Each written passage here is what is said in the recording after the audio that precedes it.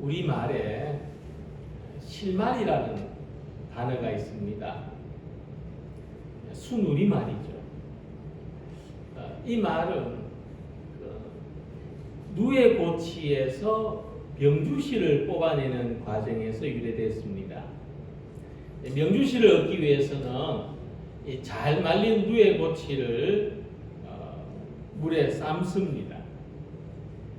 그렇게 하고 나면은 삶은 누에고치에서 작은 실가닥들이 풀려 나와 있는데 그 중에서 이제 한 가닥을 잘 골라 잡아서 얼레에 감고 돌리면은 이제 누에고치에서 명주실이 술술 풀려 나옵니다. 이렇게 명주실을 뽑아내어서 만든 옷감이 비단이죠. 누에고치에서 비단을 얻어내려면은 실마리를 잘 찾아내는 것이 제일 중요한 작업입니다. 제일 먼저 되는 작업이죠. 그래서 이 실마리라는 말은 이 모든 복잡한 문제를 풀어내는 단서를 가리키는 말로 사용됩니다. 이 믿음 생활에서도 이 실마리를 잘 잡는 것이 굉장히 중요합니다. 여기서 우리 믿음이 술술 풀려 나온다는 겁니다. 어떤 문제 앞에서도 믿음으로 술술 풀어나갈 수 있는 길이 열린다는 것이죠. 이런 이야기를 또 한 가지 말씀드리겠습니다. 20세기를 대표하는 신학자 중에서 칼 바르트는 기독교 신앙을 가장 체계적으로 잘 정리한 사람입니다. 그는 1932년부터 1967년까지 35년 동안 약 13권의 책을 썼습니다. 책의 제목은 모두 똑같습니다. 교회 교의학 이런 제목입니다. 처치 도그마틱스라고 합니다. 우리가 무엇을 믿는지를 쓴 책입니다. 이 책 전체를 합치면 무려 8,000페이지나 되는 내용입니다. 깔뱅의 기독교 강요 이후에 가장 뛰어난 책이라고 말하지 않을 수가 없습니다. 그래서 한 번은 어떤 기자가 인터뷰 도중에 물었습니다. 이 박사님이 이렇게 방대한 분량의 책을 쓰셨는데 한마디로 요약해 줄 수 없겠습니까?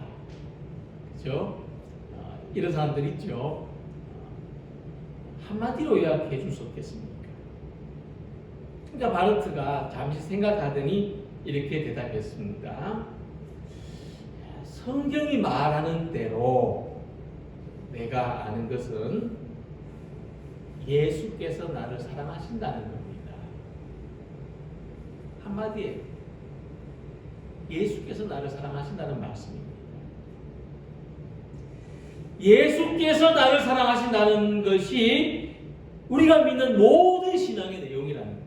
이 8,000페이지를 한마디로 요약한 건 뭐냐? 예수께서 나를 사랑하신다. 우리는 그것을 믿습니다. 이 믿음의 실마리에서 8,000페이지나 되는 내용의 글을 뽑아냈다는 것. 함께 읽은 본문에서 사도 바울은 자신이 가진 믿음의 확신을 우리에게 말씀하고 있습니다. 그것은 예수님의 사랑만이 구원의 길이라는 것입니다. 바울은 이 사실을 35절과 39절에서 두 번이나 반복해서 말했습니다. 누가 우리를 그리스도의 사랑에서 끊으리요? 환난이나 곤고나 박해나 기근이나 적신이나 위험이나 칼이랴. 높음이나 깊음이나 다른 어떤 피조물이라도 우리를 우리 주 그리스도 예수 안에 있는 하나님의 사랑에서 끊을 수 없어. 이 바울이 확신하는 것, 절대로 믿는 이것은 세상에 존재하는 그 어떤 것으로도 우리를 향하신 예수님의 사랑을 끊을 수 없다는 겁니다. 바울은 기독교 역사에서 가장 뛰어난 사람이었습니다. 그러나 그는 살아있는 동안 많은 어려움을 겪었습니다. 그런데 이 바울이 겪은 고난은 날 때부터 가지고 태어난 것이 아니었습니다. 그러므로 그가 원한다면 고난이 없는 삶을 살아갈 수도 있었습니다. 바울의 고난은 스스로 선택한 고난입니다. 역설적으로 그 무엇도 끊을 수 없는 예수님의 사랑이 오히려 바울로 하여금 고난의 삶을 살게 하였고 뿐만 아니라 고난에 대한 남다른 태도를 가지게 했습니다. 그래서 우리는 이 믿음의 신비를 생각해야 됩니다. 예수님 믿는 사람들은 이와 같은 믿음의 신비를 가지고 삽니다. 예수님의 사랑은, 우리를 향한 예수님의 사랑, 그 끊을 수 없는 사랑은 우리로 하여금 고난이 없는 삶을 살아가게 하는 것이 아니라 오히려 고난을 정면으로 이겨내는 삶을 살아가게 했다는 것입니다. 그래서 바울은 고난과 정면으로 부닥치는 삶을 살았지만 고난에 쓰러지지 않았던 것입니다. 그 이유는 단 한 가지. 예수 그리스도 안에 있는 하나님의 사랑을 확신했다는 겁니다. 내가 어떤 고난을 당할지라도 하나님의 사랑만은 확실하다. 분명하다. 절대적으로 부인할 수 없는 것이며 끊어질 수 없는 것이다. 이 확신. 바울은 이 믿음의 실마리를 절대로 놓치지 않았습니다. 우리 또한 예수님이 우리를 사랑하신다는 이 믿음의 실마리를 붙들고 이 믿음에 근거하여서 구원의 복된 삶을 살아가는 성도들이 되시기를 소망합니다. 예수님의 사랑에 대한 이 바울의 첫 번째 확신은 어느 누구도 우리를 정죄할 수 없다는 것입니다. 예수님의 사랑은 우리를 정죄하지 않는 것입니다. 누가 능히 하나님께서 택하신 자들을 고발하리요 의롭다 하신 이는 하나님이시니라고 말했습니다. 고발한다는 것은 죄에 대해서 책임을 추궁하는 겁니다. 그래서 이 법이 집행되는 과정을 보면은 고발하는 데서 시작됩니다. 그리고 판사가 판결을 선고하는, 정죄하는 것으로 매듭이 지어집니다. 바울이 살던 로마 시대에는 모든 질서가 이런 과정에 의해서 유지됐습니다. 유대교 율법도 마찬가지입니다. 율법을 어기면 고발을 당했습니다. 그리고 고발당한 사람들은 재판을 통해서 무죄로 인정되거나 또는 유죄로 정죄되었습니다. 다 율법을 어겼습니다. 다 안식일법을 어겼습니다. 그런데 나만 고발당했습니다. 그렇다고 해서 나는 죄가 없다고 말할 수가 없습니다. 우리가 사는 시대도 그렇지 않습니까? 그래서 유대인들은 평생 율법이라는 짐을 지고 살았습니다. 율법이 가진 의의 기준으로는 정죄받을 수밖에 없고 정죄받지 않을 수 있는 사람이 아무도 없었다. 율법의 행위로 그의 앞에 의롭다 하심을 얻을 육체가 없나니 율법으로는 죄를 깨달음이니라. 로마서 3장 20절의 말씀입니다. 바울도 그런 사람 중에서 살았습니다. 율법으로는 의롭다함을 받을 수 있는 사람이 아무도 없었다. 모든 사람이 고발하면 다 고발당할 수밖에 없는, 의인은 없나니 하나도 없는 그런 시대 속에 살았습니다. 자, 그래서 율법을 기준으로 삼으면 모든 사람이 정죄되고 모든 사람의 삶이 파괴될 수밖에 없습니다. 우리가 서로 고발하기 시작하면은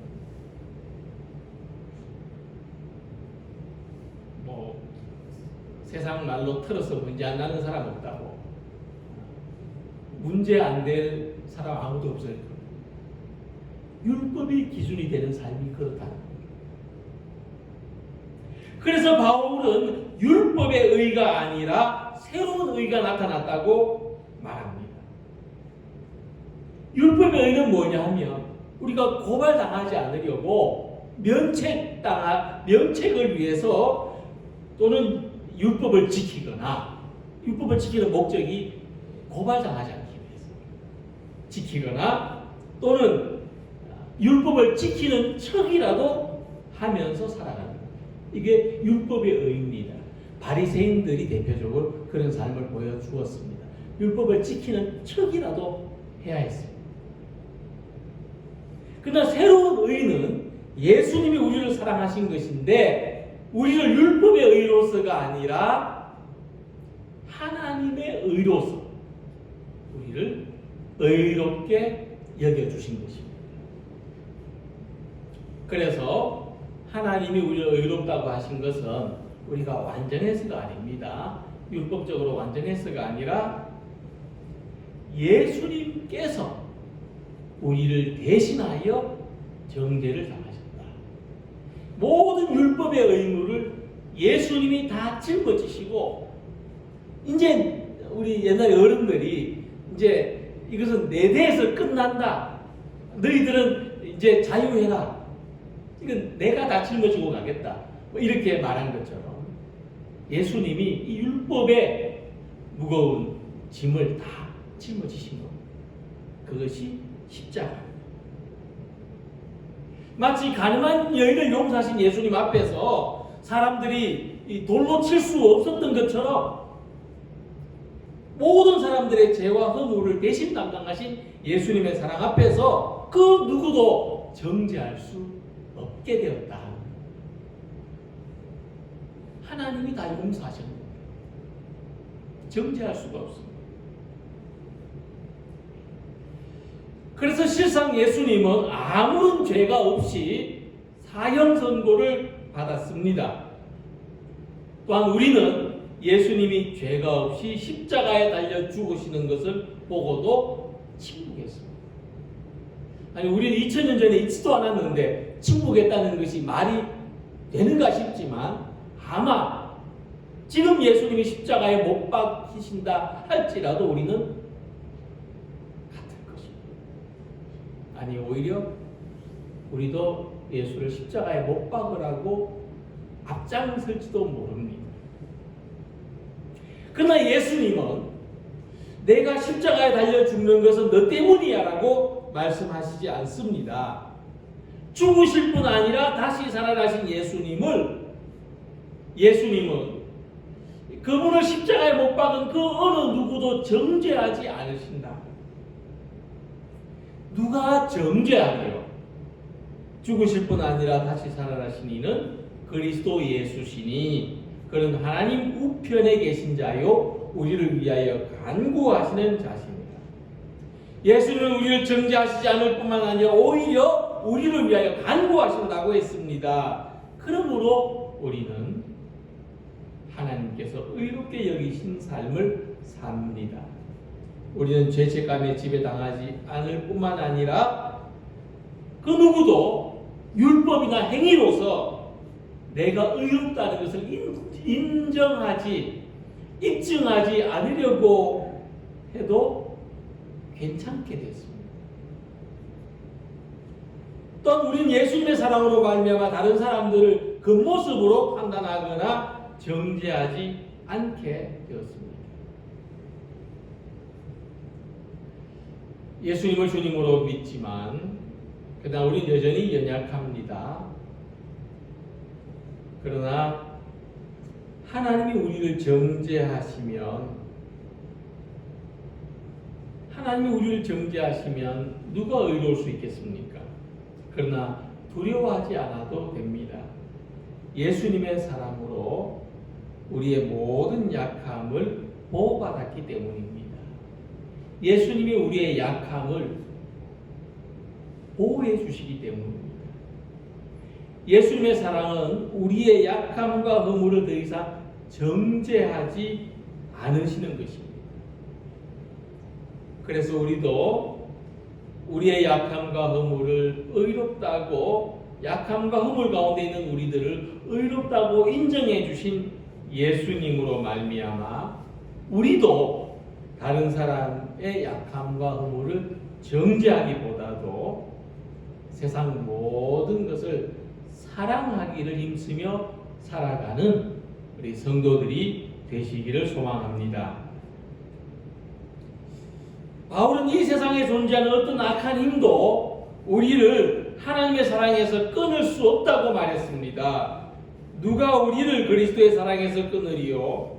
환난이나 곤고나 박해나 기근이나 적신이나 위험이나 칼이랴. 바울은 우리가 감당하기 어려운 일들을 7가지로 나열했습니다. 환난, 역경, 박해, 굶주림, 헐벗음, 위험, 칼로 위협을 당하는 것입니다. 그런데 놀랍게도 이런 일들도 우리를 그리스도의 사랑에서 끊어내지 못한다는 것입니다. 이것은 무슨 말이냐면 우리는 어떤 힘든 일을 당해도 예수님을 사랑할 수 있습니다, 이 말이 아닙니다. 우리는 못 끊을 수 있습니다. 하지만 이 말은 그 반대죠.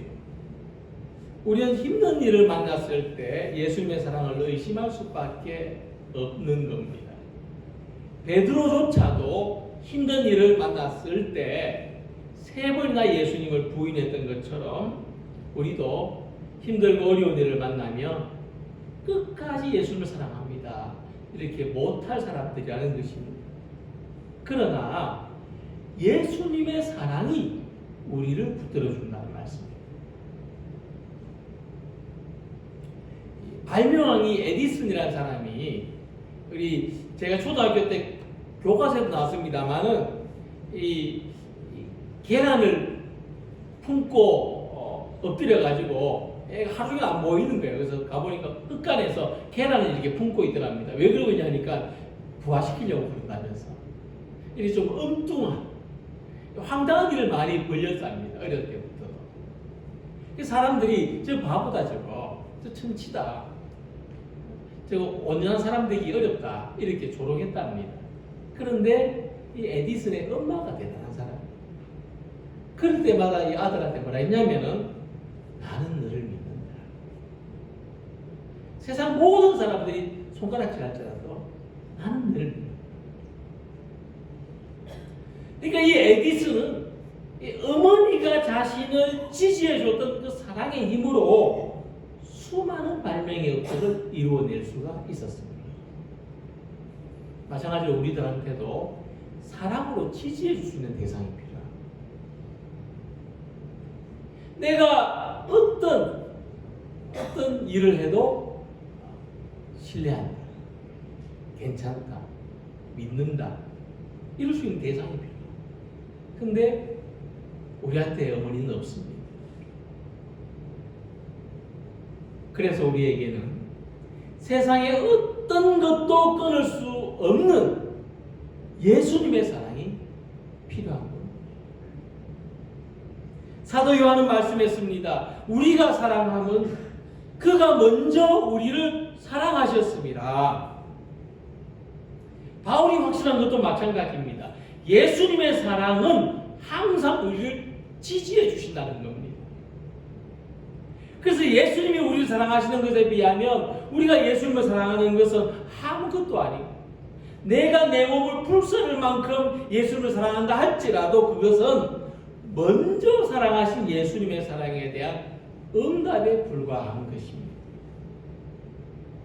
이런 점에서 바울은 세상에서 우리가 어떤 어렵고 힘든 일을 당한다 할지라도, 그래서 우리가 예수님을 사랑하지 못한다 할지라도 예수님의 사랑, 우리를 향한 예수님의 사랑은 끊을 수 없다. 그럼에도 불구하고 예수님은 우리를 사랑하신다 말씀합니다. 당시 바울을 비롯해서 로마 교회의 그들의 삶은 위태로웠습니다.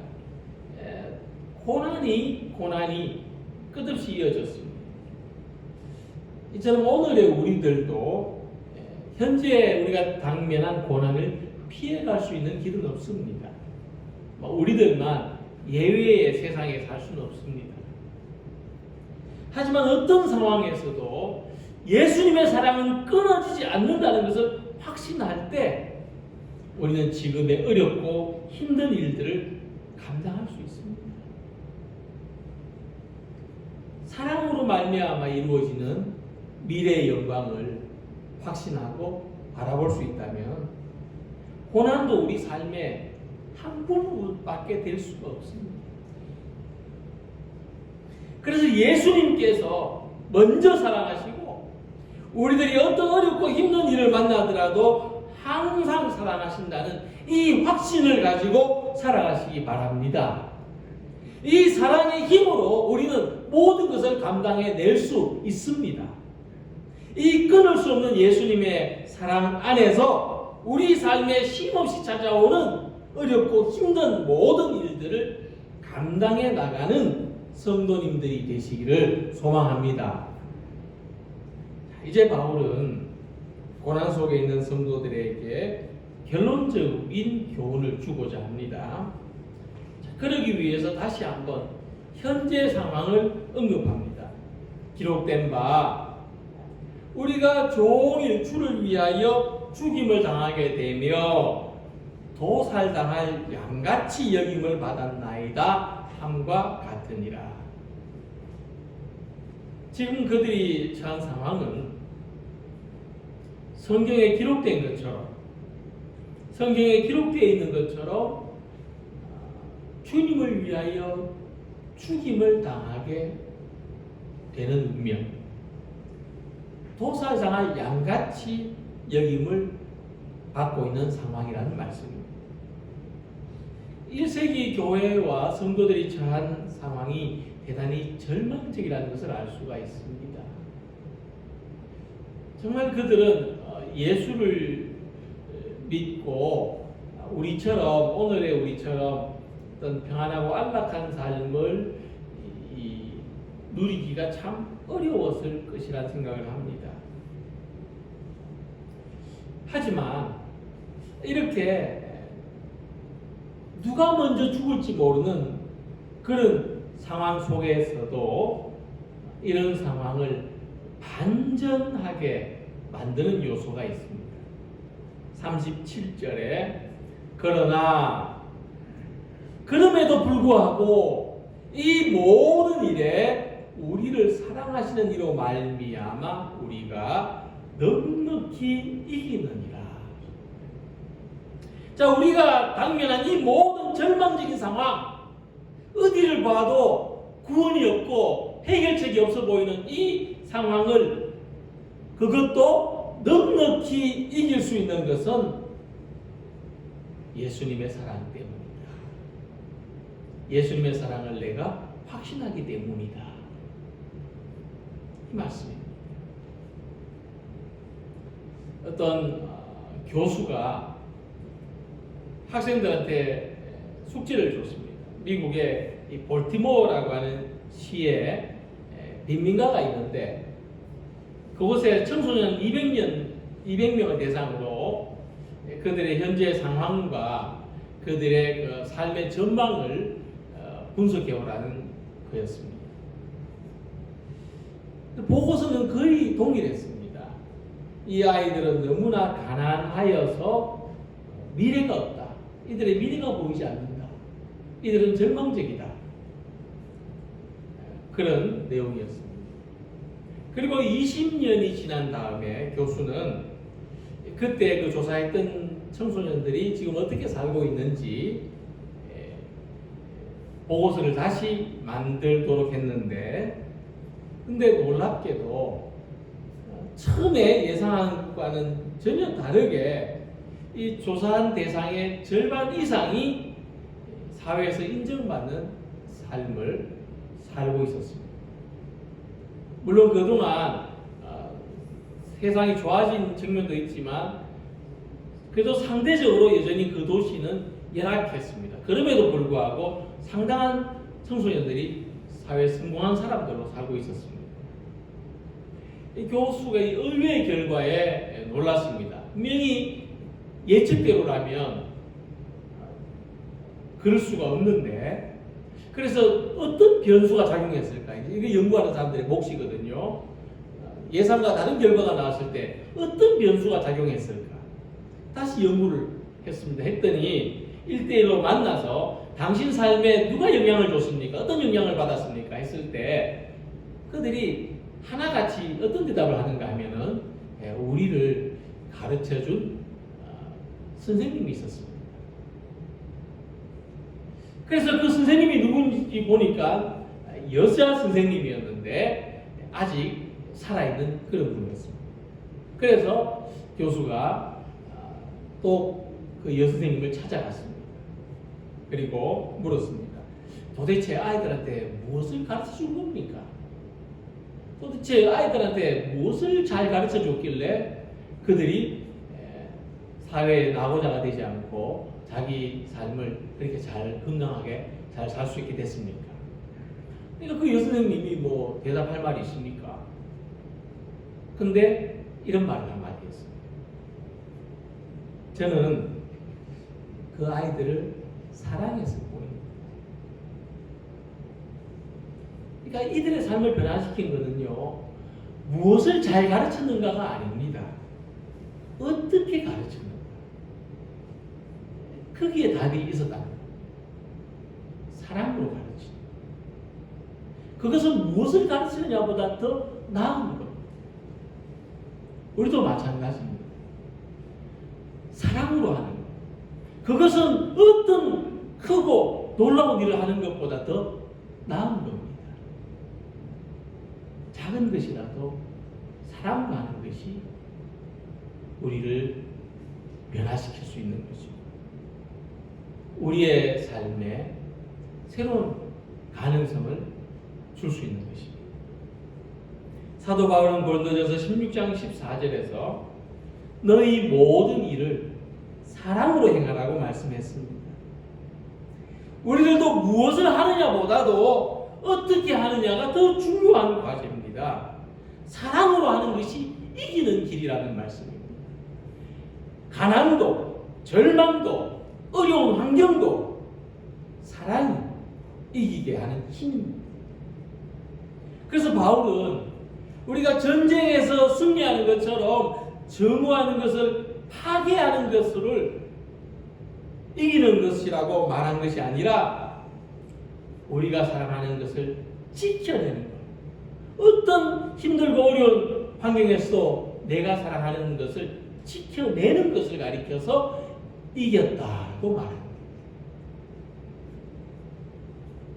예수님이 이기신 것은 십자가에 못 박은 사람들을 다 물리쳐서 이기신 것이 아니라 십자가에 못 박혀 죽으시면서도 그분이 사랑하시는 것을 지켜내는 거예요.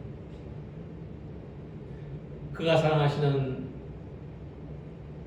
제자들, 그가 사랑하신 많은 무리들, 그가 사랑하신 하나님에 대한 믿음을 지켜내는 그것이 십자가의 승리입니다. 우리가 이 소중한 것을 지킨다는 것은 결코 쉽지 않은 일입니다. 그러나 우리는 예수님이 사랑하시는 것을 믿기 때문에 우리가 사랑하는 모든 것을 지켜낼 수 있도록 힘과 용기를 얻을 수 있습니다. 하나님은 금년 한 해 동안에도 우리가 만나게 되는 모든 고난을 넉넉하게 이길 수 있는 사랑을 주십니다. 바울은 이 하나님의 사랑이 그리스도 예수 안에 있다고 말씀합니다. 이 하나님의 사랑은 우리가 만나는 어떤 최악의 상황에서도 끊어지지 않습니다. 죽음을 이긴 사랑입니다. 무조건적인 사랑입니다. 우리는 이 하나님의 사랑을 인정하고 받아들일 수밖에 없습니다.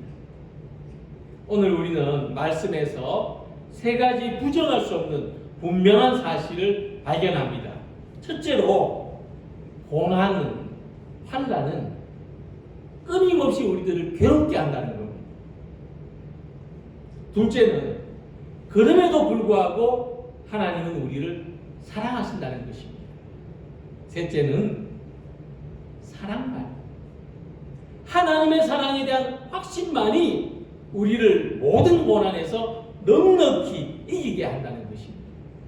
이 증거가 십자가입니다. 예수님의 십자가는 어떤 상황에서도 우리를 향한 하나님의 사랑을 잊지 않도록 확증해 줍니다.